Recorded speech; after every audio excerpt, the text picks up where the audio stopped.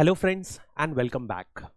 पिछले वीडियो में हम लोग बात कर रहे थे वर्ल्ड ट्रेड ऑर्गेनाइजेशन।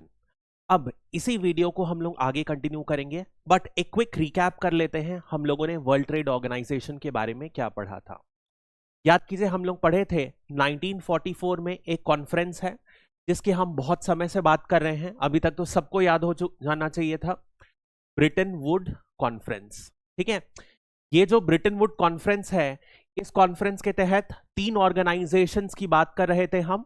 दो ऐसे ऑर्गेनाइजेशन जो एक्चुअली बन चुके थे, जिसका पहला नाम था वर्ल्ड बैंक, दूसरे नंबर पे था इंटरनेशनल मॉनेटरी फंड, और तीसरे नंबर पर जो बात हुई थी वो थी इंटरनेशनल ट्रेड ऑर्गेनाइजेशन, अंतरराष्ट्रीय व्यापार संगठन।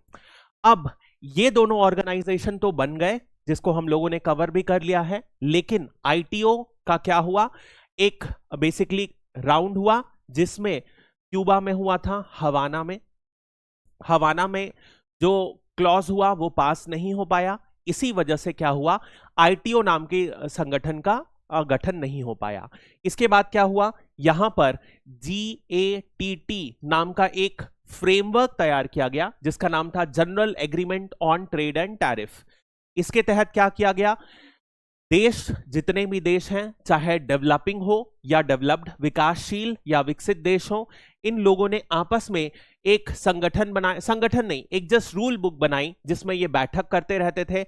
और इन अलग अलग राउंड्स ऑफ बैठक में क्या डिसाइड हुआ, बातचीत के तौर पर डिसाइड हुआ कि लगातार जितने भी गुड्स होंगे व्यापार में, यानी कि माल, ट्रेड इन गुड्स, ठीक है, जितने भी माल में जो व्यापार होगा उसमें जो टैरिफ है, शुल्क किया जाएगा, देश धीरे धीरे कम कर देंगे।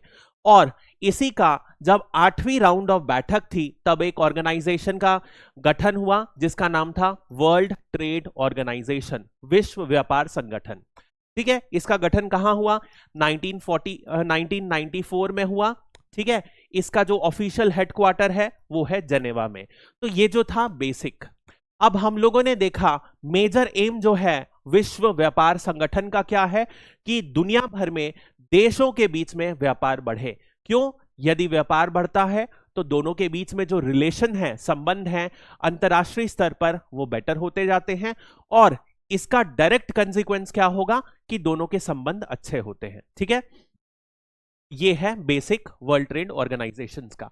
अब इसी से रिलेटेड कुछ और हम पढ़ेंगे। सबसे पहले जो क्या क्या प्रिंसिपल्स फॉलो किए जाते हैं इस व्यापार के संबंध में।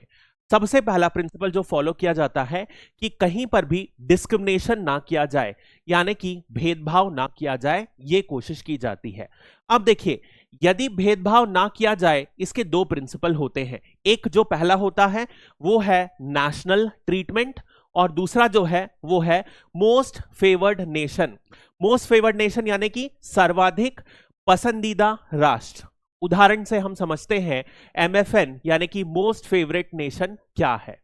ठीक है, मान लीजिए भारत है, ठीक है, इंडिया एक कंट्री है। इंडिया कई देशों के साथ इंपोर्ट एक्सपोर्ट करता है, व्यापार करता है। हम 2 या 3 देश पकड़ते हैं।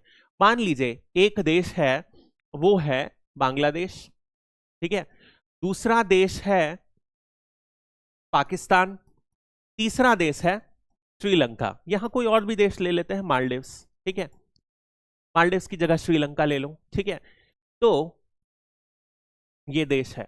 अब सपोज भारत और बांग्लादेश के व्यापार ने, भारत ने एग्रीमेंट के तहत बांग्लादेश को बोला कि हम क्या कर रहे हैं, आपको MFN का दर्जा दे रहे हैं। ठीक है, तो अब यदि हम आपको ये दर्जे के तहत क्या करेंगे, मान लीजिए हम आपको कॉटन, ठीक है, कपास 5% ड्यूटी, 5% टैक्स लगा के हम आपको बेचते हैं। ठीक है, और ऐसा ही दर्जा हम मान लीजिए श्रीलंका को भी दे दिए MFN का, यानी कि हमारे नजरिए में आप दोनों का दर्जा जो है, बांग्लादेश का दर्जा और श्रीलंका का दर्जा बराबर है। ऐसा कुछ भारत ने क्लेम कर दिया। अब यदि भारत ने दोनों को सेम दर्जा दे दिया तो क्या हुआ कि यदि कॉटन की भारत ने 5% ड्यूटी लगाई जब बांग्लादेश को एक्सपोर्ट करते हैं, या बांग्लादेश से जो टेक्सटाइल आते हैं, मान लो कपड़े इंपोर्ट करते हैं, उसमें भारत ने 0% ड्यूटी लगा दी। तो ये दर्जा जो है ये अपने आप श्रीलंका के केस में भी अप्लाइड हो जाएगा। बात समझ में आई? यानी हम यदि 2 या 2 से ज्यादा किसी भी देश को MFN स्टेटस देते हैं, तो जो भी मोस्ट फेवर्ड, MF का मतलब क्या होता है? मोस्ट फेवर्ड, यानी कि सबसे जो बेस्ट ऑप्शन दिया जाता है किसी भी देश को, वो ऑटोमेटिकली दूसरे देश को जिसको MFN का दर्जा दिया गया है, ऑटोमेटिकली उस पर लागू हो जाएगा। अब क्योंकि भारत ने पाकिस्तान को MFN का दर्जा नहीं दिया है, तो जो स्टैंडर्ड ड्यूटी लगती है वो कॉटन की मान लो बाकी देशों से लगती है 15%। ये मैं ऐसे ही फिगर्स बता रहा हूं। और टेक्सटाइल की लगती है, कॉटन की मान लो 10% और टेक्सटाइल की लगती है 20%। तो पाकिस्तान से कितना लगेगा? 10% और 20%। लेकिन क्योंकि बांग्लादेश और श्रीलंका दोनों को MFN का दर्जा दिया गया है, इस वजह से क्या होगा कि यदि हम बांग्लादेश के साथ कुछ भी जो टैरिफ है, शुल्क है, उसे कम करते हैं, तो वो ऑटोमेटिकली जितने भी अदर देशों को हमने MFN का दर्जा दिया है, सब में वो कम हो जाएगा। बात समझ में आई? बहुत ही सिंपल है। अब बात करते हैं हम पाकिस्तान के साथ। थोड़ा सा बैकग्राउंड इंफॉर्मेशन दे दूं। भारत ने बहुत पहले 1990s में ही भारत को पाकिस्तान को भारत MFN का दर्जा दे चुका था, लेकिन पाकिस्तान ने कभी भी भारत को MFN का दर्जा नहीं दिया। तो अभी जब मोदी सरकार आई थी 2014 के बाद, जब एक आतंकवादी हमला हुआ, तो पाकिस्तान को पनिश करने के लिए भारत ने क्या किया? जो MFN का दर्जा दिया गया था उसे पाकिस्तान से हटा दिया। यानी कि आज की डेट में ना भारत पाकिस्तान को, ना पाकिस्तान भारत को MFN का दर्जा दिया हुआ है। बात समझ में आ गई? तो ये क्या है? ये किसी भी तरीके से डिस्क्रिमिनेशन ना हो व्यापार में, ये वाला क्लॉज पहला था, जिसे हम कहते हैं MFN क्लॉज। क्वेश्चन डायरेक्ट पूछे जाते हैं, what is MFN clause? Prelims में भी पूछा जा सकता है, मेंस में 2 नंबर में पूछा जाता है, और कई बार और 4 नंबर में भी पूछा जाएगा। ठीक है, समझ में आ गया? इजी है, कोई भी बात नहीं है डिफिकल्ट। नेक्स्ट हम बात करते हैं नेशनल ट्रीटमेंट। नेशनल ट्रीटमेंट बिल्कुल आसान है। यानी कि देखो, जैसे कि उदाहरण के लिए हम समझते हैं नेशनल ट्रीटमेंट क्या होता है। मान लीजिए ये भारत है। अब भारत में कुछ जो गुड्स हो रहे हैं दूसरे देशों से आए, और कुछ यही गुड मान लो यहां पर आए टेक्सटाइल।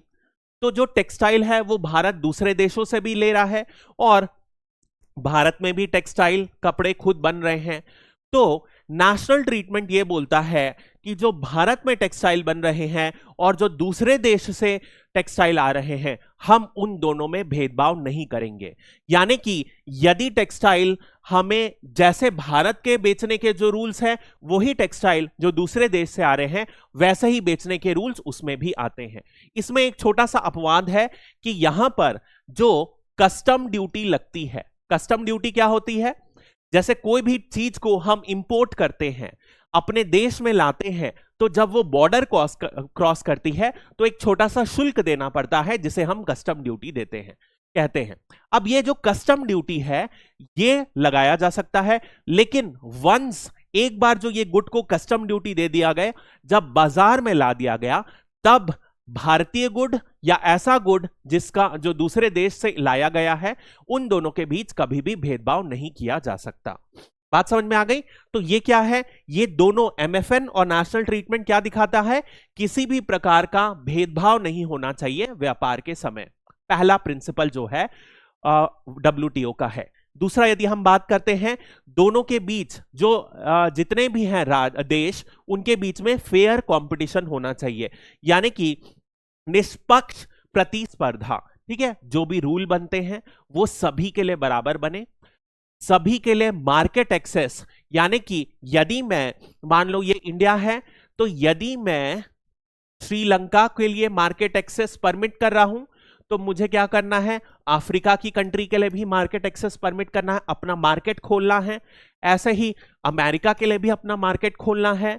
इधर यदि हम बात करें श्रीलंका के लिए भी खोलना है। हम ऐसा नहीं कर सकते कि हमारे साथ बांग्लादेश के अच्छे संबंध हैं तो हम क्या कहिए, सिर्फ और सिर्फ बांग्लादेश के गुड को हमारे देश में आने दें, ऐसा नहीं कर सकते। वो WTO का महत्वपूर्ण प्रिंसिपल का उल्लंघन होगा। ठीक है, बात समझ में आई? यानी कि जो स्पर्धा होनी चाहिए वो बिल्कुल निष्पक्ष होनी चाहिए, फेयर कंपटीशन। नेक्स्ट लेवल पर हम बात करेंगे प्रिडिक्टेबिलिटी, यानी कि पूर्वानुमेयती। ठीक है, पूर्वानुमेयता। ठीक है, I am not good at Hindi, मैं पहले भी बता चुका हूं। तो प्रिडिक्टेबिलिटी मतलब क्या होता है, सिंपल सी बात है। अब मान लो आज की डेट में इंडिया कोई भी रूल निकाल रहा है तो वो रूल क्या होना चाहिए, पहले से सही समय से अनाउंस कर देना चाहिए। पहले से यदि कोई रूल में बदलाव आना चाहिए वो बता देना चाहिए। यदि हमारे रूल हर दिन ऊपर नीचे बदलते रहेंगे तो उससे क्या होगा, जो इंपोर्ट कर रहा है या एक्सपोर्ट कर रहा है उसको बहुत ज्यादा नुकसान होगा। बात समझ में आई? जैसे कि मान लो अचानक से ऐसा हुआ है, प्लास्टिक जो है अचानक से प्लास्टिक को बैन कर दिया जाता है। फिर समझ में आया कि प्लास्टिक का कोई अल्टरनेटिव नहीं है तो क्या किया, वापस से प्लास्टिक को शुरुआत कर दिया गया। फिर अगले दिन आके कुछ और अनाउंसमेंट करते हैं। इससे क्या होता है, व्यापार जो करता है व्यापारी बिजनेसमैन उसको नुकसान होता है। तो ऐसा हमें नहीं करना है, ये WTO बोलता है। यानी कि पहले से आपको बता देना है कि जो आपकी जो बिजनेस की नीति है, व्यापार की नीति है, वो किस डायरेक्शन में जा रही है, उसमें कब कब क्या क्या चेंज होगा, जितना हद तक हो सके आप पहले से बता सको। ठीक है, ये जो है ये बताता है प्रिडिक्टेबिलिटी। बात आई समझ में? नेक्स्ट हम बात करते हैं फ्री ट्रेड। तो अल्टीमेट एम क्या है, याद कीजिए हम लोगों ने बात किया था विश्व व्यापार संगठन का अल्टीमेट एम क्या है कि जितने भी शुल्क हैं, शुल्क को धीरे धीरे कम करते जाना है और अल्टीमेटली ज्यादा से ज्यादा देशों के बीच में जो मूवमेंट ऑफ गुड्स हो वो फ्री हो सके। तो ये अल्टीमेट एम है जितने भी है वर्ल्ड ट्रेड ऑर्गेनाइजेशन का। ठीक है, किस किस में टैरिफ कम करना है, गुड्स में टैरिफ कम करना है, सर्विसेज का इजी मूवमेंट हो सके और ट्रेड ऐसा हो सके कि शुल्क और जो गैर शुल्क है नॉन टैरिफ दोनों के दोनों कम किए जा सके। ठीक है, ये प्रिंसिपल्स है। नेक्स्ट हम बात करते हैं मिनिस्ट्रियल कॉन्फ्रेंसेस। याद कीजिए ये हमने ऑलरेडी कवर कर लिया था।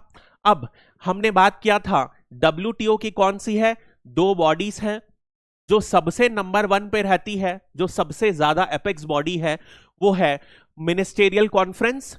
ये जो कॉन्फ्रेंस होती है ये हमने बात किया था कि जो मिनिस्ट्री ऑफ कॉमर्स को जो भी हेड करता है देश में वो अटेंड करता है। तो भारत की तरफ से अभी कुछ मीटिंग कौन अटेंड कर रहा है, पीयूष गोयल जी अटेंड कर रहे हैं। और दूसरी जो होती है गवर्निंग काउंसिल रहती है। ये जो मिनिस्टेरियल काउंसिल रहती है ये भारत के जो नेता रहेंगे, जो मंत्री रहेंगे वो WTO में भारत को रिप्रेजेंट करेंगे। आमतौर पर ये हर 2 साल पर बैठक की जाती है और जितने भी महत्वपूर्ण एग्रीमेंट होते हैं, मुद्दे होते हैं, इसमें डिस्कस किया जाता है और इसी पे जब साइन होता है तब जाके उसे एसेंट मिलता है एग्रीमेंट के लिए। तो यदि हम बात करें WTO के मिनिस्टेरियल कॉन्फ्रेंस की तो कुल मिला के यदि हम देखें सबसे पहला जो मिनिस्टेरियल कॉन्फ्रेंस था वो हुआ था 1996 में, 1994 में बना था, उसके 2 साल में सबसे पहली बार सिंगापुर में हुआ था। उसके बाद से लेकर अभी तक जो सबसे रीसेंट हुआ है वो है दुबई में हुआ था, UAE में अबू धाबी में हुआ था। ठीक है, अब 2024 में हुआ था, ये फरवरी मंथ से स्टार्ट हुआ था।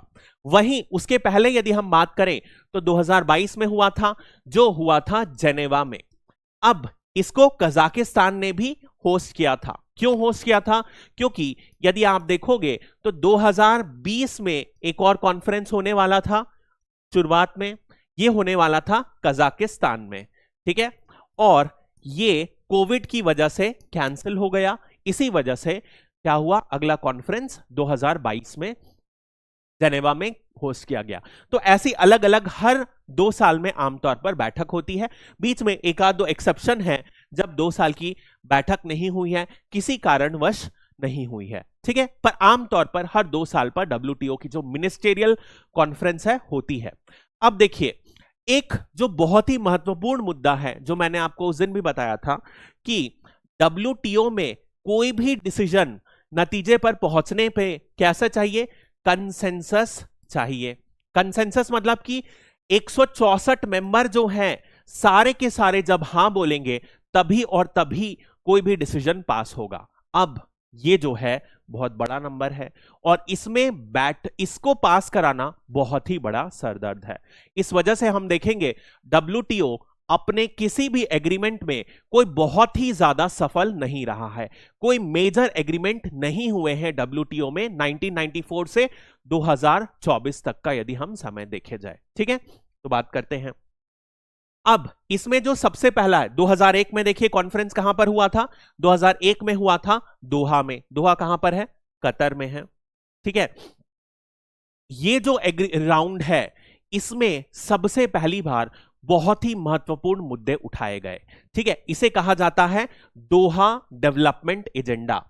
ये डेवलपमेंट यानी कि विकास के लिए इसलिए महत्वपूर्ण एजेंडा है क्योंकि जितने भी डेवलपिंग कंट्रीज हैं, यानी कि विकासशील देश हैं जिनका विकास अभी बहुत तेजी से होना है, उनके महत्वपूर्ण मुद्दे को यहां पर उठाया गया है। और ये 2001 से ये राउंड चल रहा है और इसी के जो मुद्दे हैं हर राउंड पर उठते हैं, लेकिन अभी तक ये राउंड कोई भी निर्णय नहीं पहुंचा है, कोई भी एग्रीमेंट इस पर साइन नहीं हुआ है, ठीक है।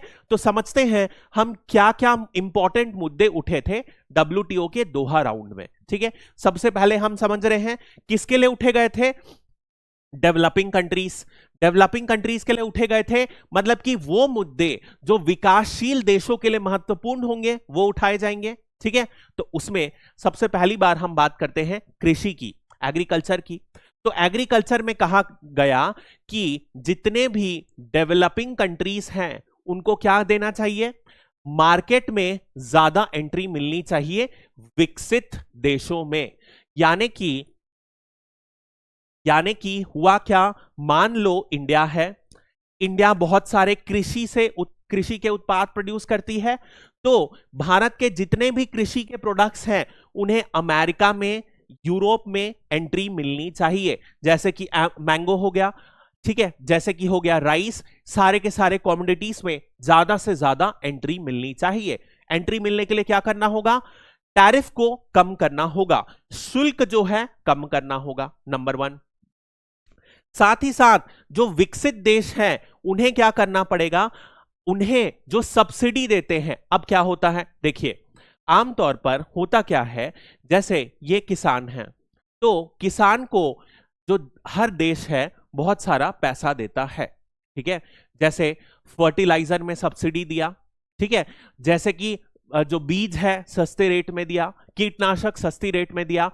तो जो फार्मर जो फाइनल प्रोड्यूस करता है, लेट अस से मान लो इस फार्मर ने आम को प्रोड्यूस किया, तो यदि सरकार सब्सिडी नहीं देती तो मान लो 1 किलो आम 100 रुपए में प्रोड्यूस होता, लेकिन यदि सरकार सब्सिडी दे रही है तो यही मान लेते हैं हम 20 रुपए में प्रोड्यूस हो गया, ठीक है।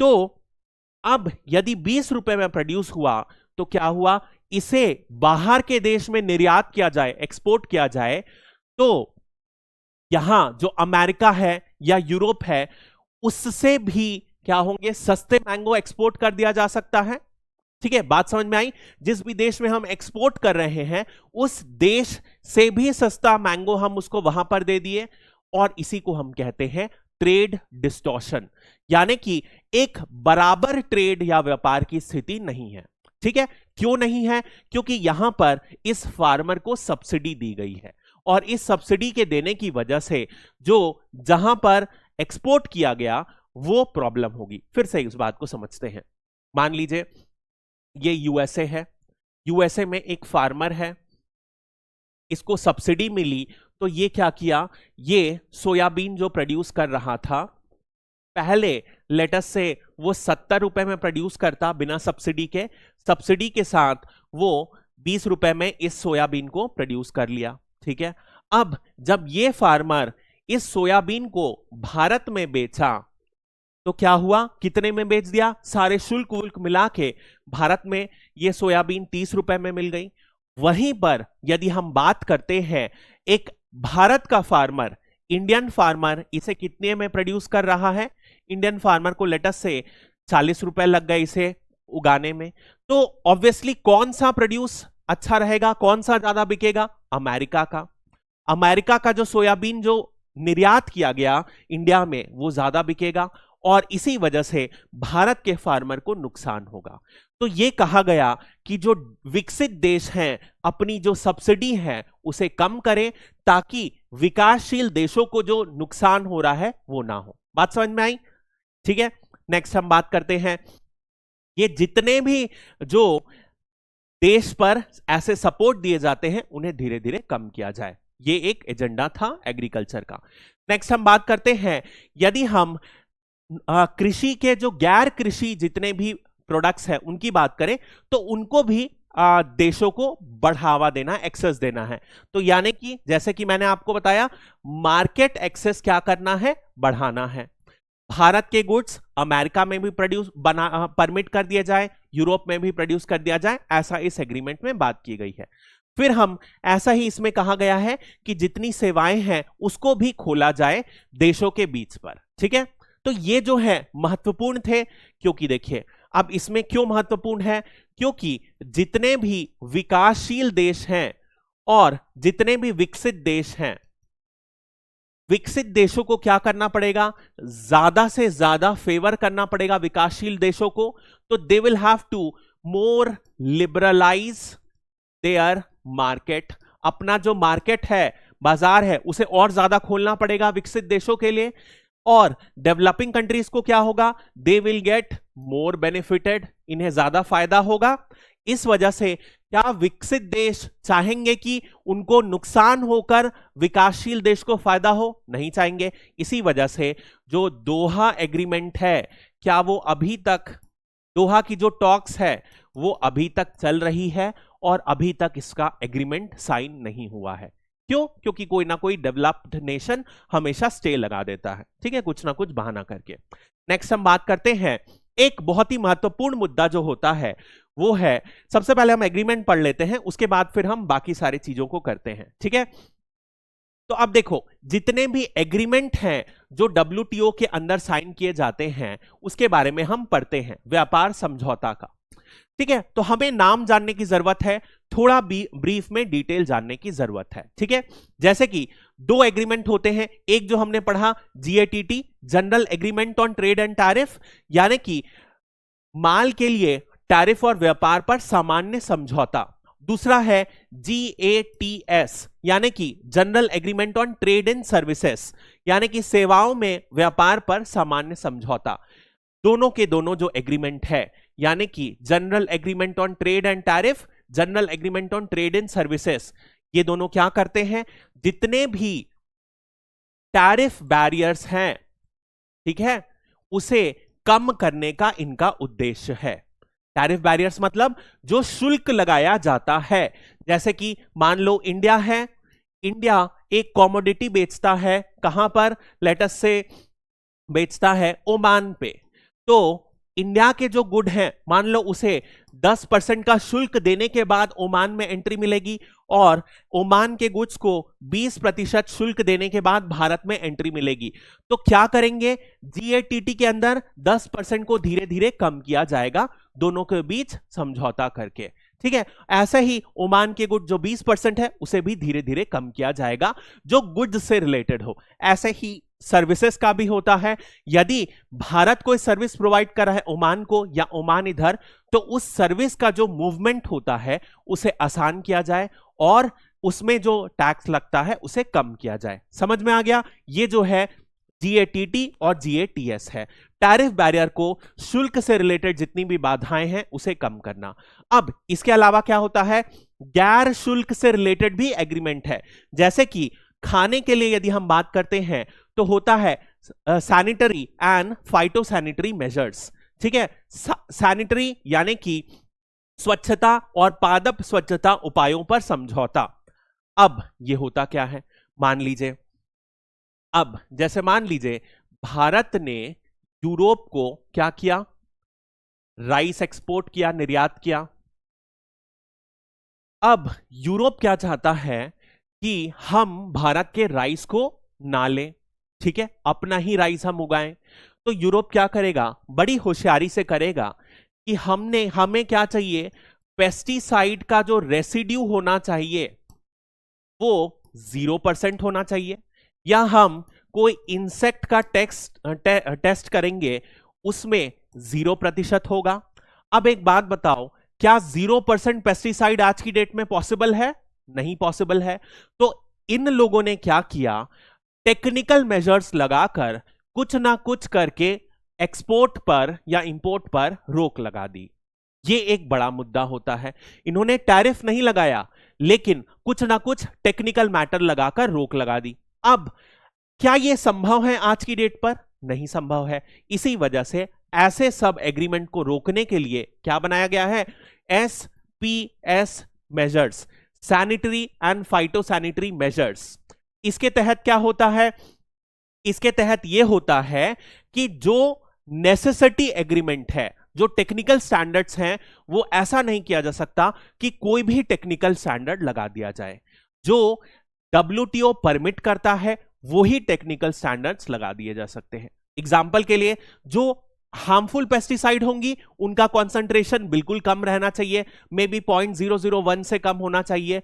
जो कम हार्मफुल होगी वो थोड़ा सा ज्यादा मात्रा में परमिटेड रहेंगी, ताकि टेक्निकल टर्म्स को यूज करके कोई व्यापार में रोक ना लगा जा सके। ठीक है, ये जो है SPS। ऐसा ही गैर खाद्य प्रोडक्ट, यानी कि जो खाद्य प्रोडक्ट नहीं है, उसमें देखा जाए तो वो है agreement on technical barriers to trade, यानी कि व्यापार में तकनीकी बाधाओं पर समझौता।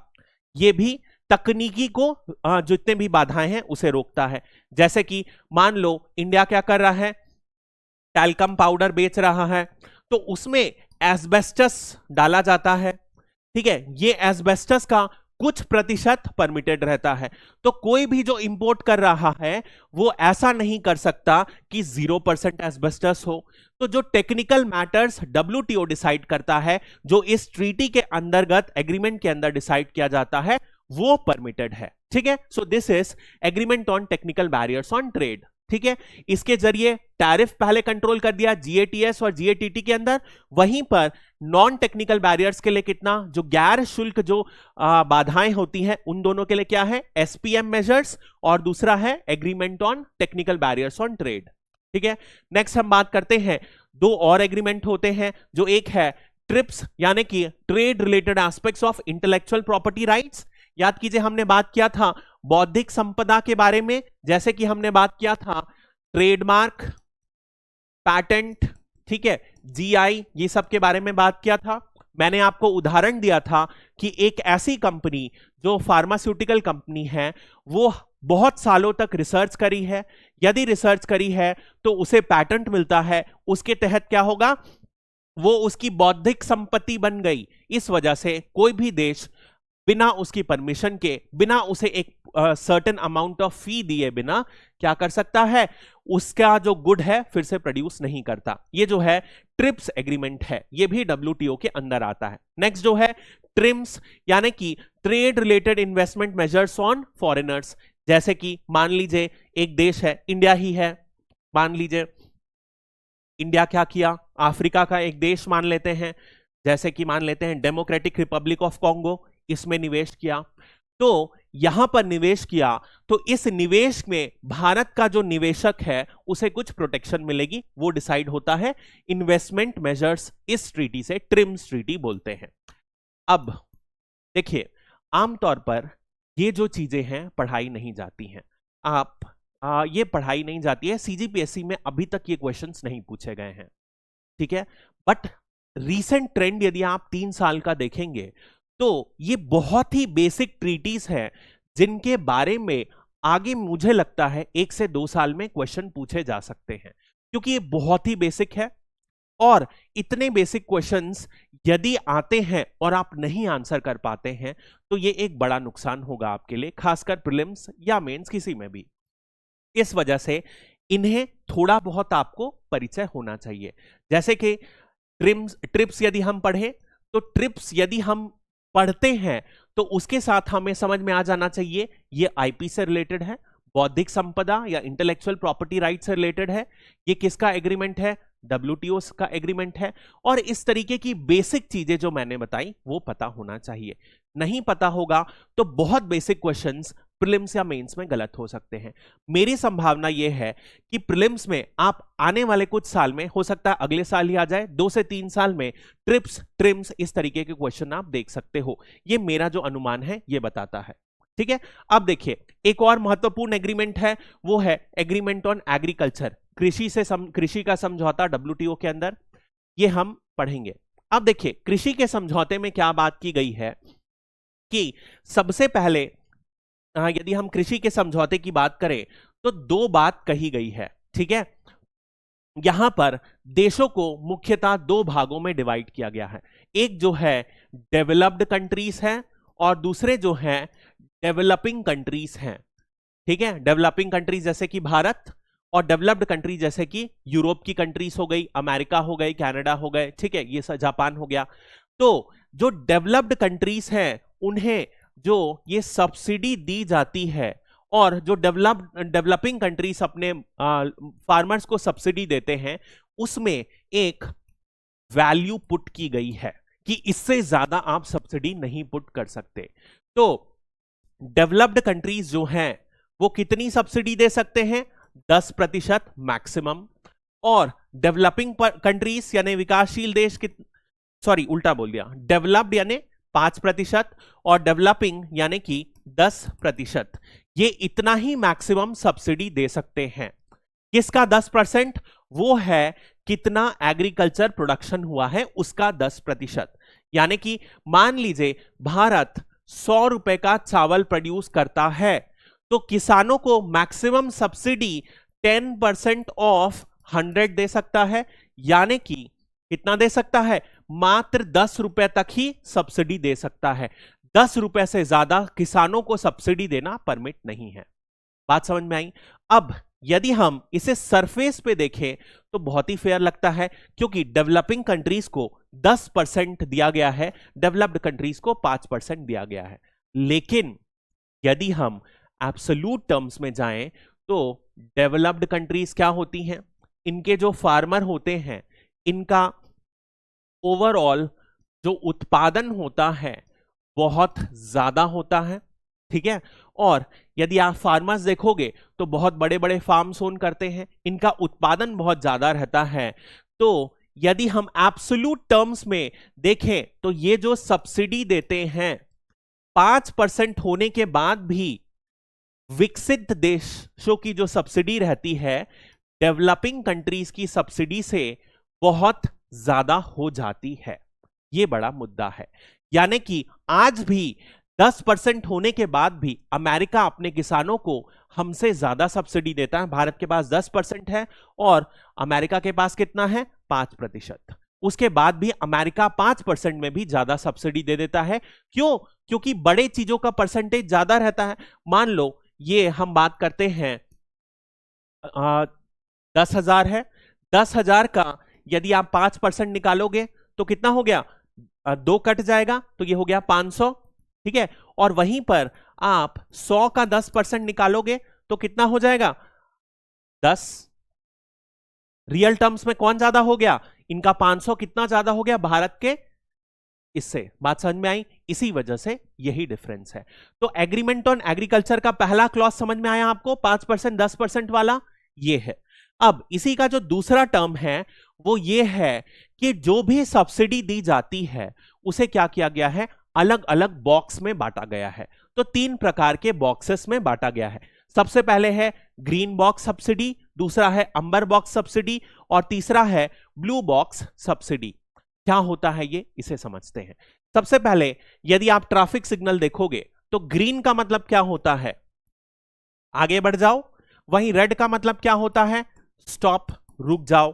तो यदि हम ग्रीन सब्सिडी की बात करते हैं, ऐसी सब्सिडी जिस पर क्या है, आगे बढ़ जाओ, यानी कि कोई भी रोक नहीं है, देयर इज नो रेस्ट्रिक्शन।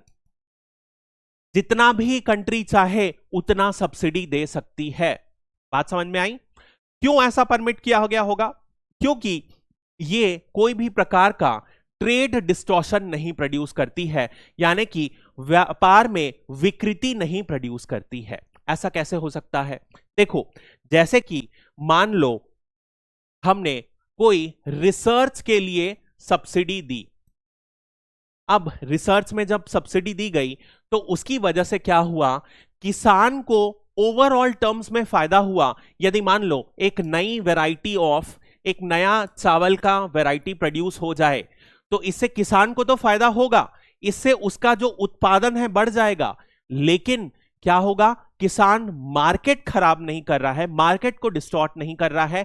क्यों नहीं कर रहा है? क्योंकि वो अपने ही हिसाब से प्रोड्यूस होगा। ये रिसर्च वाली वैरायटी यदि दूसरे देश में अवेलेबल हो जाए तो वहां पर भी क्या किया जा सकता है, इस वैरायटी से उत्पादन किया जा सकता है।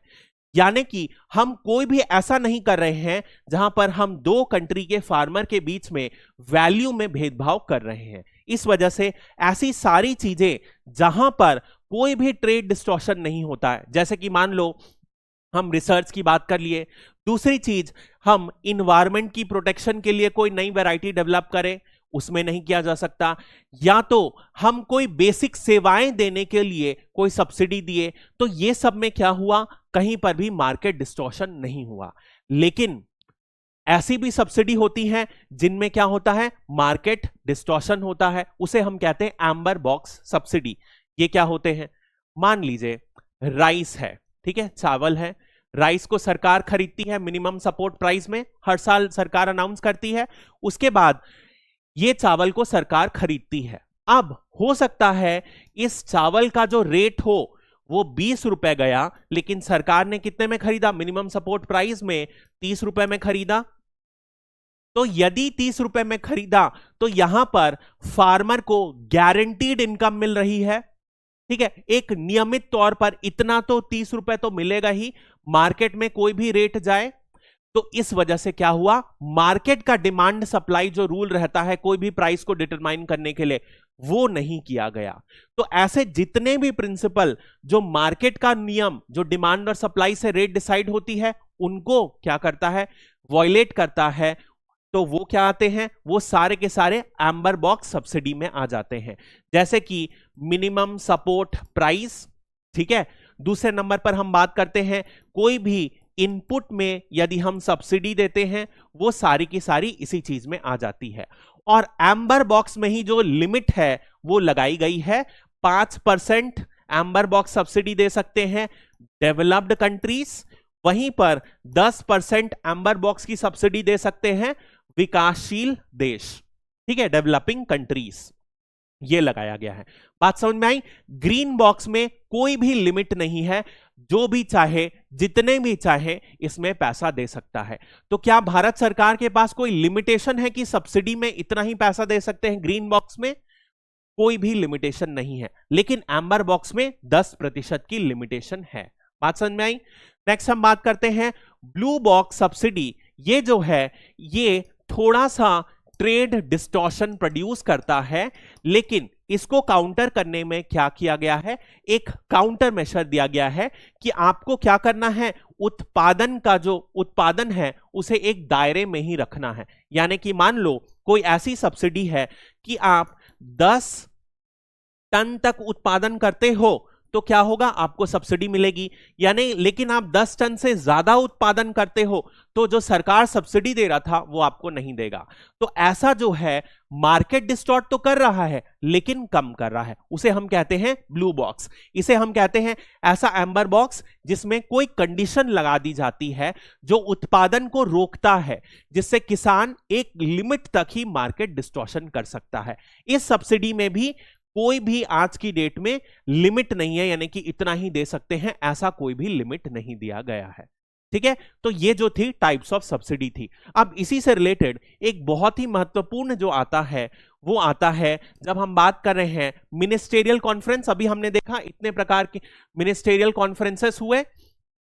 अब इसी मिनिस्टेरियल कॉन्फ्रेंस में 2013 में एक मिनिस्टेरियल कॉन्फ्रेंस हुआ था जिसमें एक क्लॉज साइन हुआ था, वो था पीस क्लॉज ऑन सब्सिडीज। अब पीस क्लॉज ऑन सब्सिडीज क्या होता है, यानी कि इसमें मैं आपको बता देता हूं, ठीक है, पीस क्लॉज के बारे में मैं आपको बता देता हूं, ठीक है। अब देखिए पीस क्लॉज का मतलब क्या है। अब जितने भी डेवलपिंग कंट्रीज थे, जैसे कि भारत ने क्या आर्ग्यू किया कि जो 10% का जो आपने हमारे ऊपर लगाया है कि 10% से ज्यादा हम सब्सिडी नहीं दे सकते, ये हमारे लिए बहुत प्रॉब्लमैटिक है। क्यों? क्योंकि हमारे यहां जो किसान हैं वो बहुत ही ज्यादा गरीब हैं, नंबर 1। दूसरे नंबर पर यदि हम बात करते हैं, हम इस सब्सिडी को रोक देते हैं तो जो गरीब लोग हैं, ठीक है, उनका क्या होगा, खाने पर भी, फूड, उनके लिए खाने और बेसिक सुविधाएं की भी दिक्कत हो जाएगी। इसीलिए हम चाहते हैं ये 10% की लिमिट आप हमारे लिए हटा दो, जब तक खाद्य सुरक्षा यानी कि फूड सिक्योरिटी की बात हो। ये भारत ने विरोध किया। 2001 में जब दोहा एग्रीमेंट की बातचीत चल रही थी, तभी भारत ने इसका ऑब्जेक्ट किया। और 2013 में जो मैं आपको बाली कॉन्फ्रेंस बता रहा हूं, इसमें क्या हुआ, भारत अड़ गया। भारत ने क्या बोला, जब तक आप जो 10% का क्लॉज हम पर हटाते नहीं हो, तब तक हम कोई आगे बातचीत करेंगे ही नहीं। तो इस पर क्या हुआ, एक एग्रीमेंट साइन हुआ जिसे कहा जाता है पीस क्लॉज ऑन सब्सिडीज। ये क्या है, एक टेम्पररी है, यानी कि ऐसा नहीं कि परमानेंट दे दिया गया है, एक टेम्पररी सॉल्यूशन दिया गया है, जिसमें बताया गया है कि भारत जैसे देश, यानी कि जिनको 10% से ज्यादा करना पड़ा है, लेकिन किस कारण करना पड़ा है, फूड सिक्योरिटी, खाद्य सुरक्षा के कारण करना पड़ रहा है, तो वो 10% से ज्यादा भी सब्सिडी दे सकते हैं और WTO उन पर कोई भी कार्रवाई नहीं करेगा। ये है पीस क्लॉज। तो ऐसा हुआ भी 2020 में। भारत किससे स्ट्राइक हुआ, कोविड से स्ट्राइक हुआ। कोविड के समय भारत ने 80 करोड़ लोगों को फ्री में चावल बांटा। तो भारत ने WTO को इन्फॉर्म किया कि हम जो 10% जो सब्सिडी का जो मैक्सिमम है, उसे हम, उस लिमिट को हम तोड़ चुके हैं, ब्रीच कर चुके हैं। ये WTO कहता, मैं भारत ने रिपोर्ट करके बताया।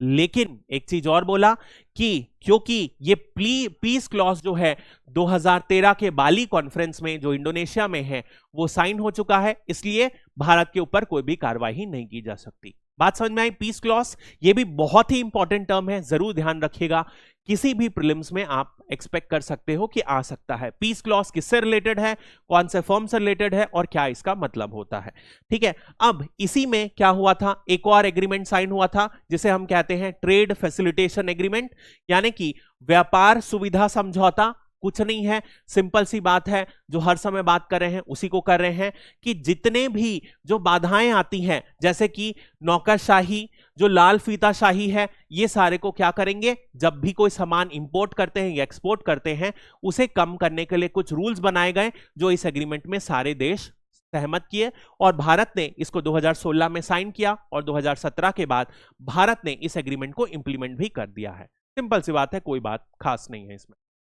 पीस क्लॉज बहुत इंपॉर्टेंट है, ध्यान रखिएगा, ठीक है। तो ये जो महत्वपूर्ण एग्रीमेंट है WTO के, ये आज हम लोगों ने खत्म कर लिया।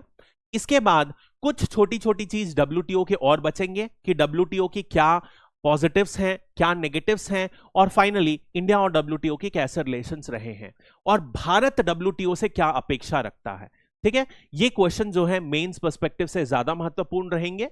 अभी के लिए इतना ही, कल हम वापस से कंटिन्यू करेंगे WTO के रिमेनिंग टॉपिक्स को, ठीक है। Thank you.